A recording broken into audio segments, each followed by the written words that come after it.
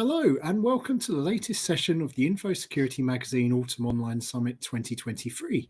My name is James Coker, Deputy Editor at Info Security Magazine, and I'll be moderating this next panel discussion, which is entitled Navigating Identity and Access Management Challenges in a Digital World. Before I introduce you to our panel of speakers, I just want to run through a few bits of housekeeping. Firstly, you can submit any questions that you might have for our panel using the Submit a Question button, and you can note if a question is for a particular speaker, and we'll do our best to answer it before the end of the webinar. We'll also be running a couple of polls throughout the session, so please do join in with those as and when they appear.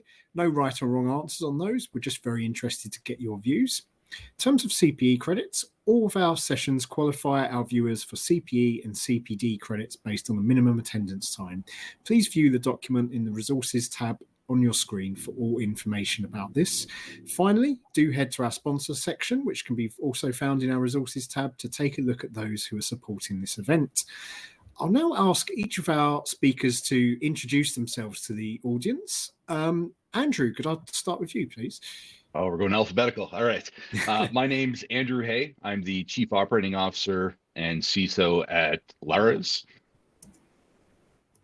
Thank you, Andrew. Linda, to come to you next. Sure. I'm Linda Betts. I work at FSISAC. I'm the acting CISO, but I also run several communities of interest within FSISAC. Brilliant, thank you. Now we have two Freds on the call, which is quite an unusual one. So I'll come to Fred Rika first, please. Yeah, thanks, James. Hello, everyone. I'm Fred Rika. I'm a partner with BPM. I'm one of the leaders in our cybersecurity practice.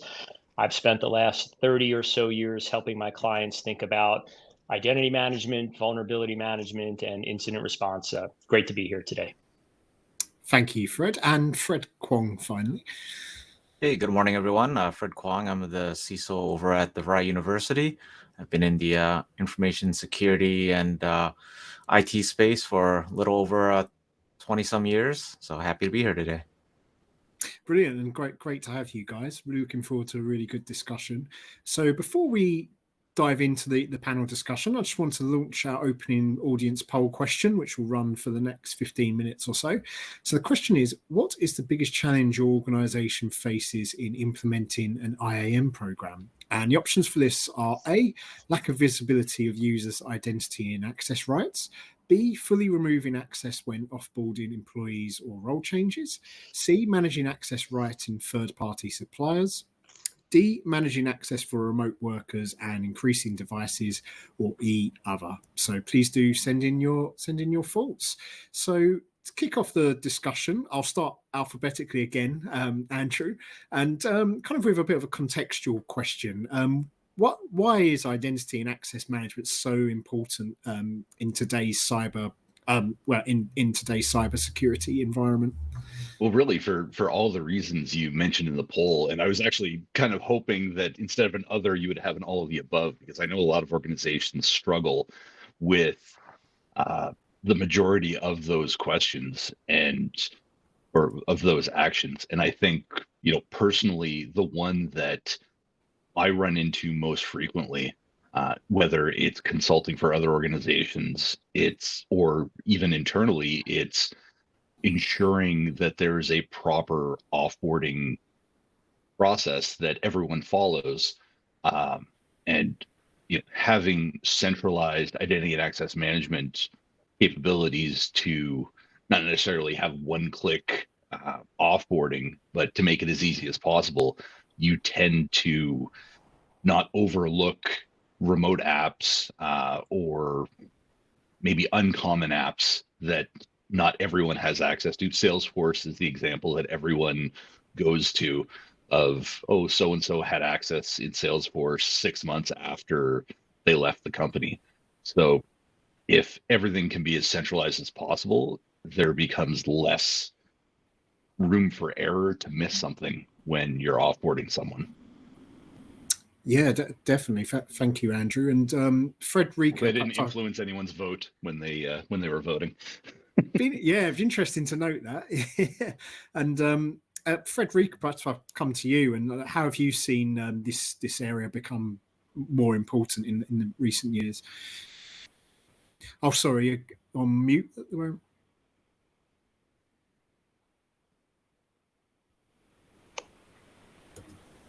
There we go. I knew I'd be the first one to mess that up. What I was going to say, James, I think for us, there's really two things here.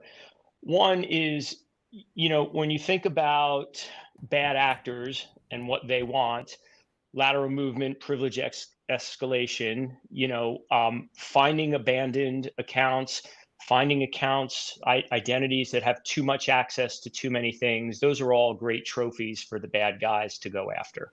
So reducing that goes a long way in reducing the impact of a cybersecurity event.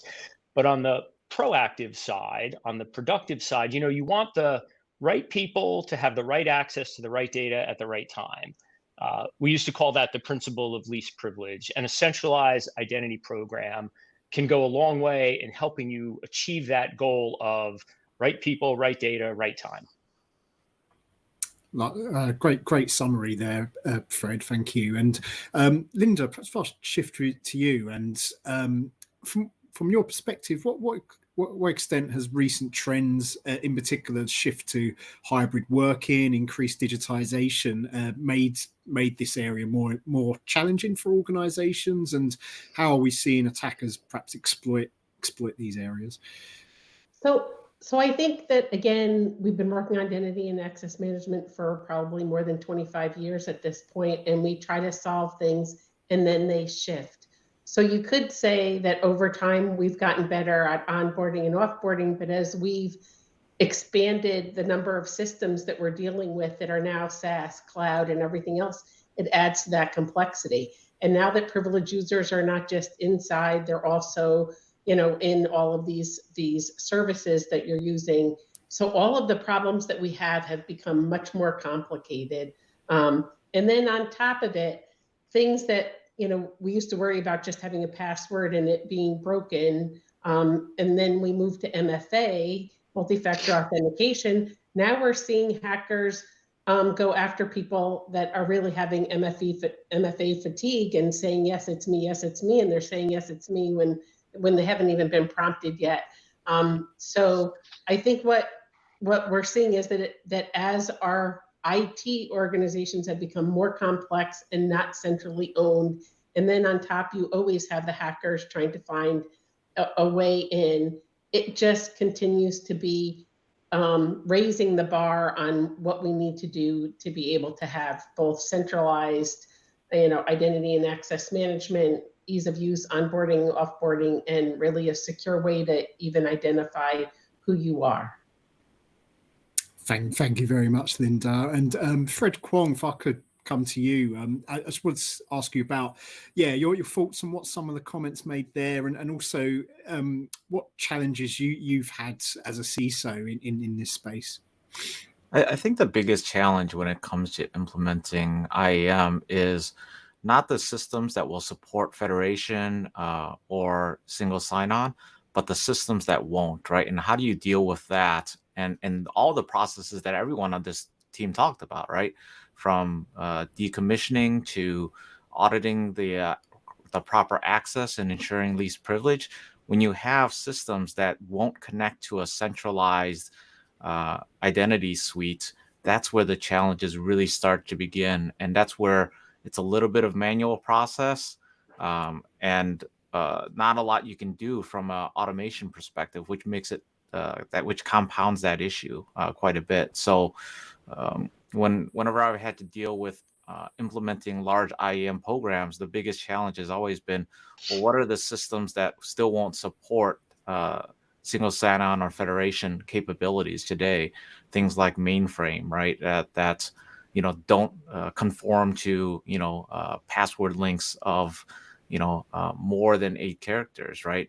And dealing with some of those challenges, or some of the antiquated systems that we see as risks overall, but we still need as part of business operations, because either the business doesn't want to invest in upgrading that system, or it has certain amounts of data that no other system can store at this time, right? And so those are some of the larger challenges that we continue to face even throughout these 20 years. That's still something I'm dealing with in every organization I've worked in.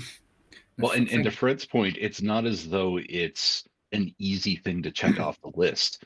Like if you're talking about like a top 3 list of most complex and lengthy projects, identity and access management is almost always number 1 or number 2.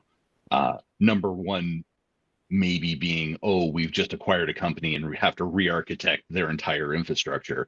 But I guarantee you that identity and access management is in that short list of lengthy, very involved projects across multiple teams, not just security. Yeah. And it actually doesn't ever end, because it's been projects, even after you solve one, you'll get another. And so you could point to something like New York State DFS expecting that you have MFA for your customers. I mean, so even if you thought you had your inside, users, you also have to worry about your customers and their connection into your environment. Yeah. And who's paying for it. Plus, Always the other the- reality is that the most of the IAM programs that we've been putting in place today are still centered around the authentication mechanism of identity and password, right? And I think we all know on this panel that passwords are very comparable, right, or compromisable, and but we're still building on that platform, right?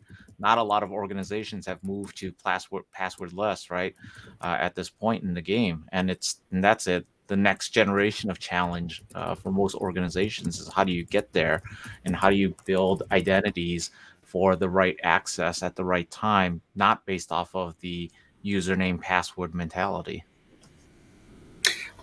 And just to build on Fred's point there, Frederica, perhaps if I come to you, what are the kind of key components for an IAM program in the modern world, and what elements are kind of different from what there was in the past, perhaps? Yeah. Before that, I want to key on something that Fred Kwong said, though, because Sure. I think it's interesting. And it's also provocative in that it feels like there is alignment here that passwords have outlived their usefulness, and we need to come up with a better authentication mechanism. And I have a particular view that behavior and device-based heuristics are going to be one potential option to get us away from passwords, right? This knows where I am, and it knows how I behave. And I can use those two things pretty effectively to start to figure out, is it Fred? Because over time, we learn that Fred likes to check his bank account balance at 7 o'clock in the morning while he's drinking his coffee in New Jersey. Like, I can start to build a profile, and then I can step up my authentication when there's anomalies to that sort of normalized behavior. And I only say that, again, I think it's a provocative thought. And I think Fred is right that we need to move away from user IDs and passwords. And even, even as Linda said, MFA, I mean, they steal the salts, and right. So none of that is going to be particularly effective going forward. And I'm surprised it's lasted as long as it has. But to answer your question directly, James, the things that we help our clients think about is exactly what Andrew said: onboarding, offboarding, managing privileged identities, and recertifying access. Those are probably 4 big buckets of things that when we talk to clients about what they want to achieve in an identity program, those are always at the top of the list. How do I get people and apps into the system? How do I get them out of the system? How do I manage my super users? And how do I recertify in a reasonable amount of time so that I don't end up with people who have inherited, piles and piles of access that they don't need anymore? Where that falls down a lot of times is the trap of clients who make the technology decision first and then try to fit the requirements back into it. It's very easy in the identity space to buy a product, like a lot of things in cyber. It's very easy to acquire software or product. Not so easy to actually make sure that that software is going to match up with your requirements. And so we spend a lot of time either, trying to customize things, to fit for purpose, or hopefully, get in front of our clients before that technology decision has been made and help them do a proper needs analysis and a proper software selection. Thank you, Fred. Linda, I was wondering what your thoughts were on that response. So I think in the modern world, it was already everything that Fred had said is true. But what you're seeing is the sprawl of IT, and oftentimes IT is not even in the middle of managing some IT assets. So it could be software as a service. So I think it's that proliferation of all of the IT in so many places that you start to lose who are the privileged users of some of these SaaS products. How are you managing all of them? So I think it's the sprawl that's really hard, because you need to make sure you have, probably single sign-on federation, who's managing it. And I think that the number of SaaS as people are implementing just explode constantly, and you're always running after it. And you might not have the connections to be able to have the management that you want on all of those services. Yeah, thank you so much. And Andrew, just wondering if you had any points to add. It's funny from what Fred said about the, just picking a product. So James, you have me on a lot of these webinars, and I think if we could probably cut this section or this response that I give in every single webinar we do, where buying a tool before having a plan on how to use it or how it maps to a need of the business is just a poor plan. So every policy should map to a core requirement by the business, and then the tools that you buy are there to satisfy the requirements of the policy. So it trickles down from the top. So there's never any questioning around from the executive team on why we purchased something, because you follow that chain back. It was to reinforce this policy, and this policy maps directly to this executive tenant or why we have to operate the business. And all too often we shoehorn a huge project like identity and access management because someone went to a conference and said, oh, there's this brand new shiny tool that we need to buy.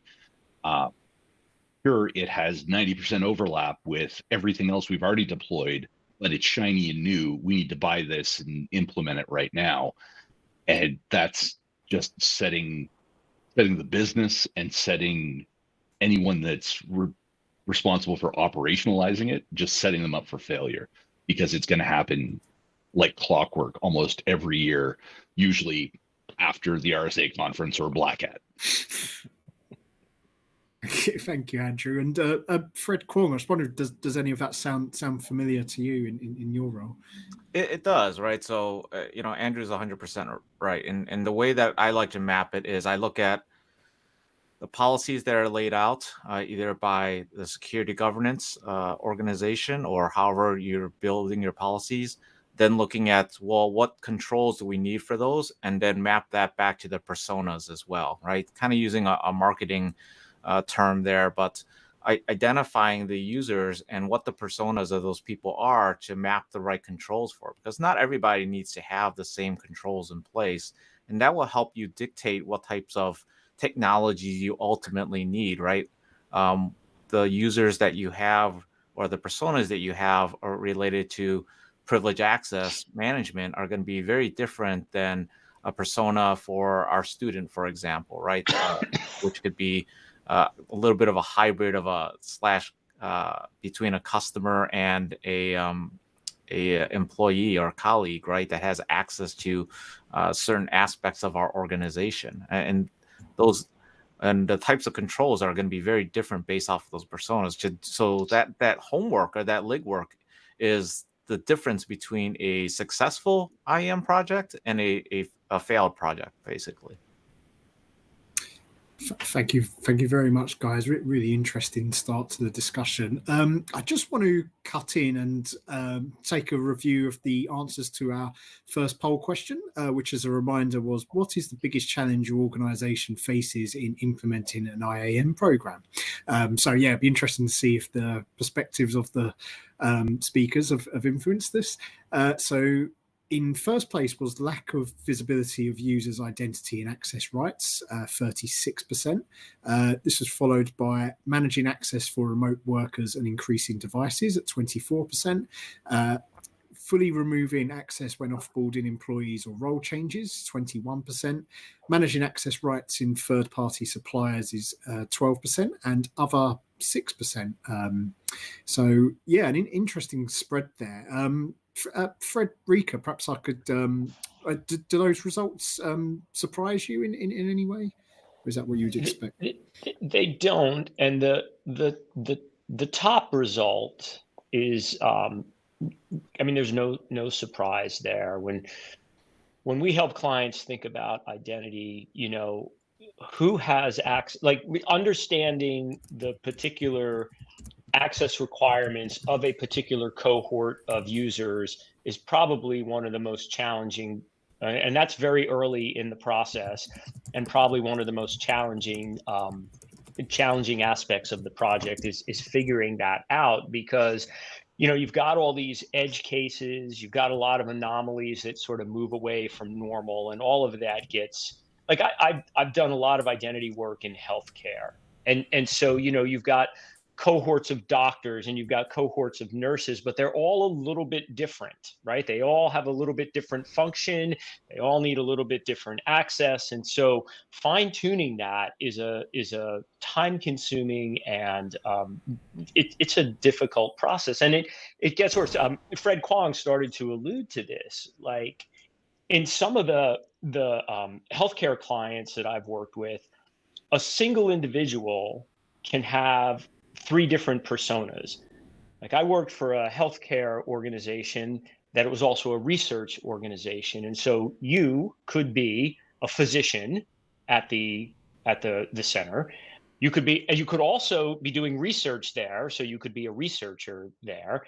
And perhaps you might even be a patient there. And so now you've got a single person with 3 very complex personas that you're trying to manage, and also make sure that patient Fred doesn't log in as Dr. Fred and now has access to something that they really shouldn't in that particular role that they're playing at that time, which is of a patient. So I'm not surprised by the top result at all, because it is difficult and complex.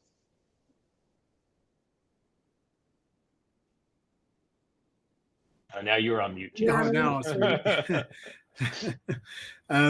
thank you. Yeah, thank you for that, Fred. I'm just going to launch the second poll of the session to run through the next part of the discussion. So this question, which will come to a point we'll come to later on in the session, but has your organization implemented zero trust architecture? And the options for this are: A, yes, it's an essential approach in the modern landscape; B, no, but we are in the process of doing so; C, no, zero trust is the same as IAM; D, no, I want to learn more first; or E, other. So once again, please do send in your thoughts. So I just wanted to pick up on a point Fred Kwong was kind of particularly making around the need to understand the different levels of privilege that are required for different types of employees. And Linda, perhaps I could start with you. What advances are we seeing perhaps in tools and technologies that can enable a more centralized view and an ability to kind of get that view across an organization of what access rights employees need? So you talked about privileged users and then regular users. So let me take them, because actually under identity and access management, you have all different kinds of users. So certainly there are identity and access management tools out there today that you can have centralization and automation for roles and onboarding, and also work on offboarding. So they exist. I think, again, the problem is, as we now have all sorts of cloud providers and we have SaaS, it becomes more complicated to have an integrated pane of glass, to do that. You also have privileged users, and the same problem exists. So there are products out there that have existed for quite a while now that provide a lot of functionality, that you can have centralization. You can actually know exactly what each user is doing. There's recording, there's automatic, changes of passwords. But again, we now have privileged users on SaaS platforms, on-prem SaaS, and on, infrastructure as a service or platform as a service. So I think part of the problem is we keep on solving the problem and people work on it. But then we keep on making life more difficult, and we don't end up having a centralized approach. I think over time, you're going to have more and more automation to that. And already we've had user behavioral analysis where Fred Rico actually talked about, I think you need to start looking and finding anomalies. And we think as we lean in towards more use of AI and machine learning, it will be able to point out anomalies to us and help us do more automation than we have today in this complex environment. Yeah, that's really interesting. Andrew, perhaps I'll come to you next. What would be your advice for organisations to try and get that centralised view, and could potentially AI play a role in this? I'm a big fan of where we are right now with the language models and some of the innovations happening there. I think taking a step back, if we want to centralize centralize a widget or a process in an organization, you first have to identify how many other groups within the organization have already started a project to do the exact same thing. And having worked in a university, it seemed like every department had their own process and their own tools that they had to use. So I worked at a university in Western Canada that was primarily a wind research university. And because that researcher, the head of that department, brought in the majority of the funding for the university, they had carte blanche to implement whatever tools and administer their own network infrastructure. But in order for that to work, they still had to work on our infrastructure for the core of the university. So we had these disparate little fiefdoms throughout the university that all had their own centralization plan and administrative plan, but there was no overarching, even though there should have been an overarching set of orders or objectives to centralize everything. And I think that's, even today, especially in larger established organizations with multiple offices, or if they have acquired smaller or like-sized companies, that integration of what they've been doing with the parent organization, if that is the plan to centralize everything, is a huge undertaking and a huge project that everyone has to be in agreement on to make it work successfully. I don't know that AI can fix feelings and people who don't want to do something. It can't fix stubbornness. AI cannot fix stubbornness, not yet. We're not there. But making everyone work together that are in those disparate silos is going to continue to be a challenge for centralization of pretty much anything, technology-wise or process-wise. Thank you, Andrew. Really interesting there. And Fred Kwong, perhaps I'll ask, how is this area something you approach in your role? Yeah, when I'm thinking about this specific area, it kind of boils back to, you have identities to access ultimately some sort of data, right? And I think one of the challenges is that we don't do a good job of data governance in a lot of organizations, right? Or have a data governance plan. And so you go about implementing, newer technologies like Zero Trust, or even trying to develop IAM programs without thinking about, well, where's my data exist, who has access to it, who should have access to it, what are the data flows, and those things aren't mapped really well inside of the organization. I mean, most people, when they think about their applications, yeah, they kind of understand what's in that application for the most part, but when you peel that onion and say, well, where did that data come from? Being able to map exactly where other applications speak to other databases and where they all map together, people have a hard time articulating that, either through attrition, people have come and gone through that organization and it's not well documented, or this was, hey, business stood up XYZ, it pulled whatever, it all simply became production, and IT, hey, operate this for us, and it's been kind of run and maintained, but no one really understands how it works. And that could be also through a bit of a lost code, right? If you think about it that way, kind of peeling back the code or the application development that was done in terms of how this actually functions.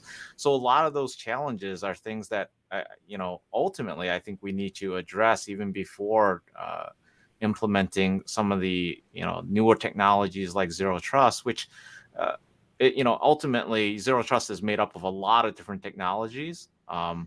And, I don't know how important it is for every organization to implement every single bit of it.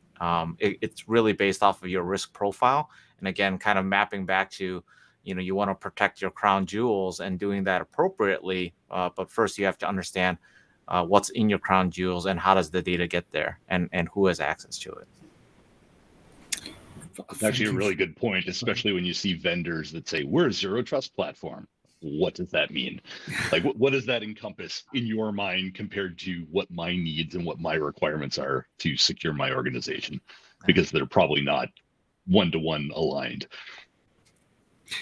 Thank you, Andrew. We'll come back to the Zero Trust issue shortly.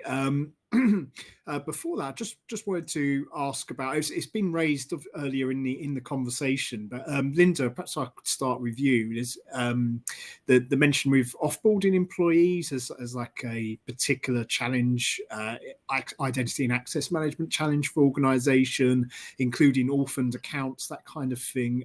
What would be your advice to organisations, and perhaps how do you approach this in your role to avoid these issues occurring?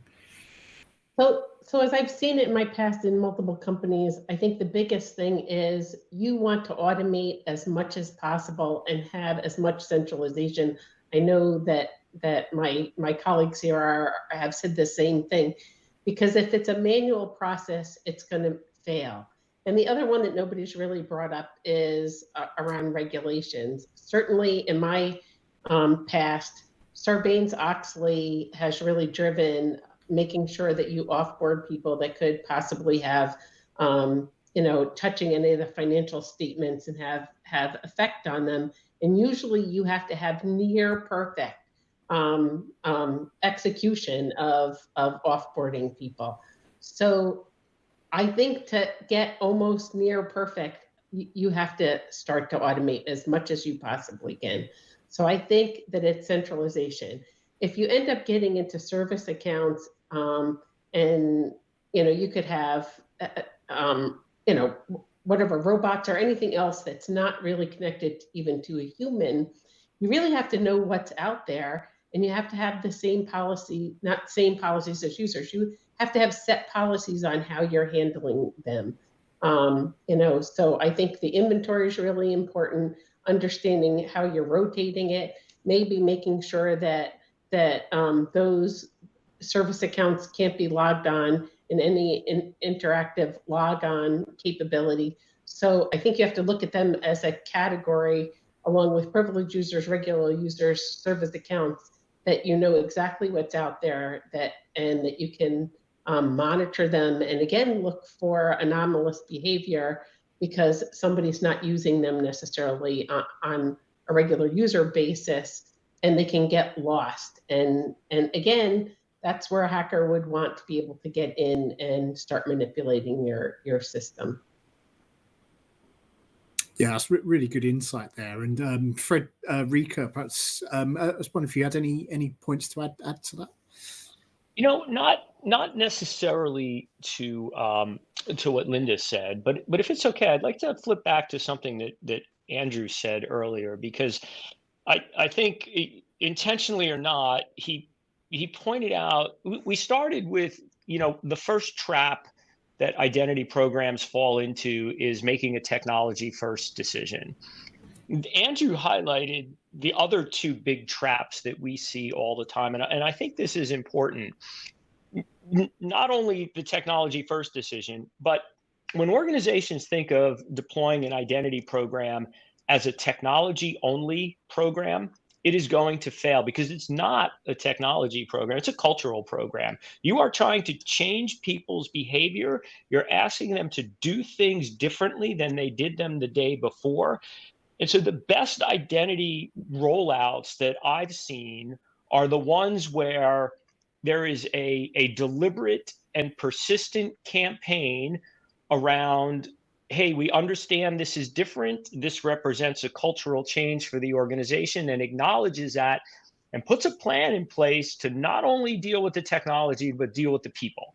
So that's the second trap we see a lot, is when organizations simply look at it as a technology problem or a technology deployment. And the last trap, and Linda started to talk about this a little bit, I've seen organizations get wrapped around the axle of edge cases. There are always going to be edge cases. There's always going to be things that don't exactly fit what we're trying to do. My advice has been, don't worry about it. Like, if you get 80% of it down the middle, you should be happy with that. You're always going to have 10% on either side that just don't fit. And you've just got to come up with a different way, whether it's a manual process or compensating control, rather than just, turn yourself inside out trying to make these last few, round pegs fit in that square hole. And so I just see organizations spend a lot of unproductive time just trying to deal with those edge cases. And those are probably the three biggest things I see, that the traps that organizations fall into when they think about trying to deploy an identity solution. Which I think, Fred, when you talked about that, nobody's actually brought up role-based, access. And again, if you try to make a role for every possible person, you'll kill yourself. You just probably want to get the majority big rocks instead of trying to get to perfection. You'll never have a role for exactly what everybody does. Yeah, Linda, you're so right, and I've seen clients spend a lot. I think what is that quote from Vince Lombardi? Maybe that works here, right? We cannot achieve perfection, but in pursuing perfection, we might achieve excellence. If we get to excellence, we should be happy. Declare victory and move on. That's a great quote. And Andrew and Fred Kwong, I was wondering if you had any thoughts on those points made there. Yeah, I think one of the interesting things is, and Lina brought up, when you're thinking about the IAM program, what is the fundamental model you want to follow, right? Is it role-based access control? Is it risk-based access control? There's so many different models that have kind of been put out in terms of how to manage identities, that it makes a big difference based off of how you want your organization's culture to react, right? Or change in that matter. And I think that's a big piece that's really important that Fred had brought up, right? Because your organization has to be willing to adopt the change, right? And most organizations can only take so much change at one time. So, do you try to radically shift the needle, or do you shift it in waves, right? And kind of do a continuous improvement process. And a lot of that will be driven by kind of your senior leadership and how much tolerance they're willing to put up with in terms of that change control, right? At the end of the day, some leaders will come in and they'll specifically bring in somebody to make radical changes, right? Others, want a kind of a slow and steady evolution. And so really understanding the need of the business and understanding where they want or what they want from a culture change perspective is 100% important. And again, another place, just like Fred mentioned, is, how these programs often fails because there's a disconnect between what IT or security is trying to achieve versus what the business is willing to do or ready to do. Yeah, it's James? tolerance. Will the organization tolerate, will individuals in the organization tolerate a radical change or not? That's something that you're going to have to, as a leader, discuss with the various heads of departments and maybe even identified individuals. Maybe if you know that you're going to make sweeping changes, people are going to not take it and they're going to get up and leave. And maybe that's part of your plan as part of the radical changes to thin the malcontents. But you definitely have to, especially with a big undertaking like identity and access management, or even implementing zero trust. It's if people fear or are resistant to change, making sweeping changes is going to go over like a lead balloon. It is not going to be a popular thing. They have to be prepared for the blowback. Sorry, Fred. Yeah, no. It's sorry. And just to pile on top of that, as Fred and Andrew are spot on. One thing that I've seen that's actually worked pretty well as a practical matter is whatever the first use case is that you're going to deploy in your identity platform, whatever application use case, whatever it is, like nail it. The first one has got to be lights out good. So pick something that can be, don't pick the hardest thing first, maybe pick the easiest thing first and just nail it, because nothing succeeds like success. And so it's a small example where we were helping a client. It was taking them 30 days to do their access recertifications. They'd start the first of the month, they'd end the 30th of the month, and they'd start all over the next. Okay. We got that down to 8 hours for them.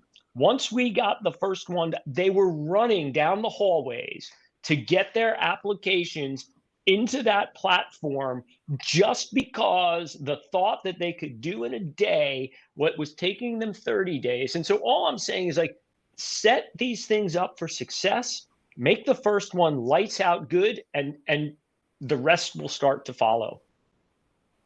Thank you. Linda, did you have something you said? You bet, but it was great Fred went first in the fact that I was going to say, I actually think it can be very positive. So I have seen it go from horrible, manual, people are waiting around for weeks to try to get access, to being able to do self-service, to be able to choose what access that they want, and where possible that you've automated it. And the same system could actually tell you, which was one of the things that what access users have. I mean, people don't know. So when you actually can have a system and it can show you what access you yourself have, or if you're a manager, what access your employees have, you can find out and say, well, this doesn't make any sense. Until you have that insight, you can't even start to ask those next kind of questions. So I think there's a very silver lining in all of this as you try to consolidate, to give a view. I mean, I think your users are going to be happy. It's not that they're going to be unhappy. They're going to be thrilled with a more centralized, automated approach. Well, there's always some percentage, a non-zero percentage of the population in the organization that are, this isn't the way we've done this for the last 20 years, or I've never had to do this before. Can't we just do it the old way with, filling out a paper form and giving it to someone else to handle? Some people are just will resist change for the sake of resisting change, because it takes them out of their comfort zone and out of their regular process. And I'm not saying that it's a high percentage, but it's definitely a greater than 0%. There's at least one in every organization that they say, well, I don't want to do this. We never had to do this before. This is stupid. Sure, it'll make everything better, but I don't want to do it. It happens every time. It does. Thank you very much, guys. Just before we move on to the issue of zero trust, I just wanted to perhaps I'll come to you, Fred Kwong. I just wanted to talk about the issue of maintaining identity and access management policies in third parties, suppliers, people providing services to organizations. I was wondering what advice you would have for organizations to work with those third parties effectively to ensure such policies are adhered to? Well, the easiest thing to do is to make sure that you have some sort of federation or single sign-on capabilities with those third parties, right? You want to be the one controlling all the identities. You don't want them to have their own and give them to you. So you want it to be that one-way trust in that perspective. The other thing that I'll kind of mention with third parties as well is a lot of times the third parties will ask for more access than they actually need. So being able to really dive in to understand what are they doing, what are they needing access to, and how does this affect the overall risk to my organization by granting these access is really important to kind of vet that organization appropriately. Because depending on how much access you're giving, you might need to vet that organization a little bit more in terms of what are some of their other security controls that they're doing or are monitoring, right? So if the access is granted where, let's say, it's privilege-based, then you might need to look a little bit more into like, well, how do they secure their desktops and how do they do their IAM deprovisioning and provisioning inside of their organization? And what happens when these people roll off the account? How do we get notified, right, that these people are no longer working on our account and we need to terminate access? So digging into not only some of those processes, but then also some of the contractual language that goes along with it goes a long way in helping you maintain that. And then, the last piece I'll just mention is that access review, right? Making sure that that's done appropriately. And again, depending on the level of access and the level of turnover that you're seeing in that organization, quarterly access review might not be appropriate, right? It might need to be more, it could be potentially less as well, again, depending on the risk involved. So, keep those things in mind as you're kind of building out, how do you want to structure it with that third party? Really good advice there. Just before we move on, just wanted to check if anyone else had any comments on that at all. Probably. So from since I work for FSISAC and we spend a lot of time on resiliency, the other one is to be ready to deal with if they have a bad problem. How are you going to cut them off? Is there an alternative? So again, depending on what is there, you probably want to think about resiliency and alternatives. Yeah, it's a big part of supply chain security, definitely, and really important issue. We're kind of entering inside the final 15 minutes of the session, so I just want to review the responses to the second poll question, which was, has your organization implemented zero trust architecture? So we had 33% said yes, it is an essential approach in the modern landscape. 40% said no, but we are in the process of doing so. 13% said no, zero trust is the same as IAM. 6% said no, I want to learn more first, and 6% said other. So some interesting thoughts there. Andrew, I know you sort of was talking about zero trust a bit earlier. I was wondering, firstly, what your thoughts were on those results, and from your perspective, how does zero trust differ from IAM exactly? So that's a really good question, because I think a lot of the old guard look at identity and access management as not necessarily zero trust v1, but a component of zero trust architecture. And that's what it is. It's an architecture. It's an ongoing, really a framework that you can design or align your organization with in order to implement. So the main difference is, if I had a gun to my head and someone said, what's the difference? The main difference would be, zero trust. It's definitely a don't trust anyone and verify. Whereas identity and access management would be, you've been assigned trust, and once you've authenticated, it could be free reign based on control lists or rights that you've been given. So I think that would be the easiest way to sum up what are two very complex areas of technology. I'd be open to hear if anyone has a better explanation, like for a layperson. How would you explain it to the layperson? I can. Go ahead, Linda. So I was thinking the same thing. To me, IAM has been around a long time, and zero trust is really the new buzzword. And to some extent, it's a piece of it. There's some things in zero trust that I don't think were in the traditional IAM, and that would have been things like micro-segmentation. It also say user behavioral analysis, and then situational awareness. But to me, IAM has always worried about least privilege and making sure that people are only doing what they should be doing, and we've been doing that for 25 years.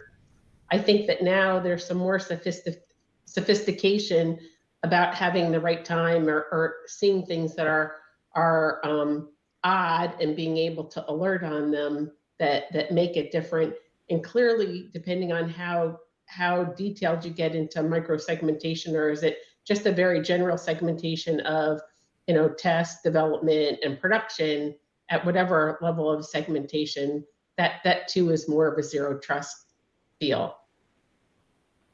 So I will say that I used to be an analyst at 451 Research, and the zero trust nomenclature was created by John Kindervag when he was at Forrester. So we analysts always used to joke that, every time you use zero trust in a sentence or in conversation, that you owed John a nickel. So he's sitting on piles of nickels at this point, because everyone uses zero trust in pretty much every architecture conversation over the last 5 to 6 years. Thank you, Andrew. And many not knowing what it means. I'll just introduce a comment from one of the audience members on this at this point. So the comment was regarding your survey on the zero trust question. Implementing zero trust is not a yes or no question. It is a journey that once started will take years for most companies, and then once achieved will require continued focused updating and maturation. Frederica, perhaps I'll come to you. Your thoughts on what's been said, and also that comment from the audience. Yeah. So at the risk of sounding a little bit like the grumpy old security man, I mean, zero trust in certain aspects, for those of us who have been around a long time, reminds me a little bit of PKI, in that it was a solution looking for a problem. And I say that because I really don't have a lot of clients right now who would definitively say, we have built our security architecture on zero trust. I don't have anybody who's saying that. There's certainly good principles in there that I think clients are following. There's probably elements that clients are following, and may have been even before that phrase was coined. But again, I don't mean to sound cynical, but it's a little bit buzzwordy right now. But I don't know that I could point you to a client that could definitively stand up and said, we've designed our security architecture around zero trust. We're following all the principles, and here's how we've done it. Right? It's bits and pieces. And so I just wonder with things that are that sort of ethereal, what the half-life might be, right? Like at some point, perhaps something else will supplant that as the sort of grail of design that we aspire to. So a bit of a cynical view right now, just based on my experience and my conversations with my clients. Well, and I would play off that and say that it's not really a journey; it's more of a treadmill. Like there is no definitive endpoint. It's like, we are going to be secure now. Well, what does that mean? It's such an amorphous, unspecific term. And just like Linda said earlier, with new products and new services popping up daily, how can you accommodate or build a zero trust environment that is going to work completely out of the box with all of these new technologies that haven't even been deployed or invented yet? So it's a continuous journey with no real end in sight, which is why I think the treadmill analogy is probably one that I'm gonna use quite frequently now. The That's a security treadmill. Great line, that. And Fred Kwong, I was wondering if you had any thoughts to add on that. Yeah, so I usually define zero trust outside of IT and cyber, right?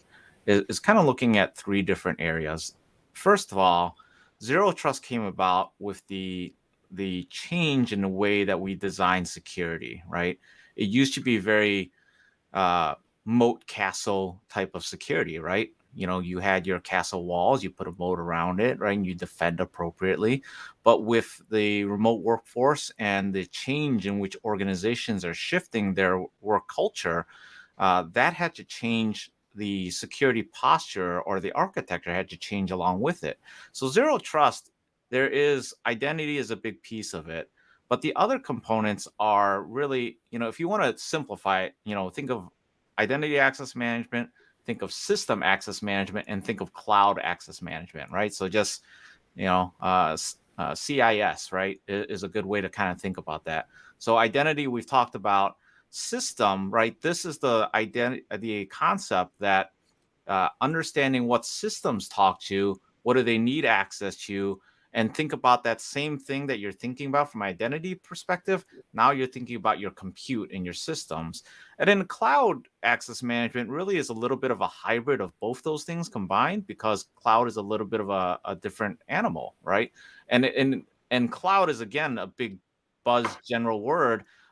And very specifically, I'm talking about your own built cloud. So not like a SaaS product like a Salesforce or a ServiceNow, but like if you have an AWS footprint or Azure or GCP footprint, right? That's going to look a little bit different in how you measure and monitor that appropriately with your security controls than you would have internally as well. And so zero trust to me is bringing together different types of newer technologies that will help you address the controls that you need for this new environment, which is not the old molten castle anymore. And if you're still molten castle, fantastic. All those traditional controls are probably still going to work for you, but most organizations I know have moved beyond that, right? And so our controls had to adjust. And zero trust is just a fancy buzzword they put around some of these newer controls that you need to have. And Linda had mentioned microsegmentation, and that is a piece of zero trust, but it goes back to, is that a control that you need in your organization? Because network segmentation may be good enough for your organization, and you don't need to get to microsegmentation. Again, looking at your risk and your risk posture, or maybe you just need bits and pieces of microsegmentation in order to help you with one, blast radius, but then secondarily, there are just disparate systems in your organization that don't really need to talk to each other, and so you can segment them appropriately from that perspective. So, for example, if you're in manufacturing, your plants most likely have very little to need to do with your main corporate campus, and as such, you might want to implement some sort of microsegmentation in those areas where the plant devices don't need to talk to one another, even inside the plant. Or you can, in the healthcare field, microsegmentation is also good because it helps with dealing with those medical devices, which we all know are very difficult to handle, or other OT type of scenarios. So again, you have to kind of chunk out what's important to your organization when you think about that zero trust buzzword, but ultimately, it kind of lies in those three areas in my head. Thank you very much. That was really, really nicely summarized, and really interesting to get those perspectives on the zero trust. As you say, it's a term that's sort of bandied about all the time in cybersecurity. So really, really interested in there. Unfortunately, we're almost at the end of the session, so I'm going to have to bring things to a close. But yeah, it really flew by. So a big thank you to Andrew, Linda, Fred for a great discussion. I really enjoyed it. And A big thank you also to the audience for tuning in and engaging with the poll questions in the discussion. Our next session in the online summit is entitled Fighting New Forms of Identity Fraud with AI, and that will be starting shortly in around 15 minutes time. So please do stay tuned for that. And if you'd like to catch up on any of the sessions that have already taken place, these are now available to watch on demand on the event platform. But with that, thank you for tuning in, and this session's now ending. Thank you.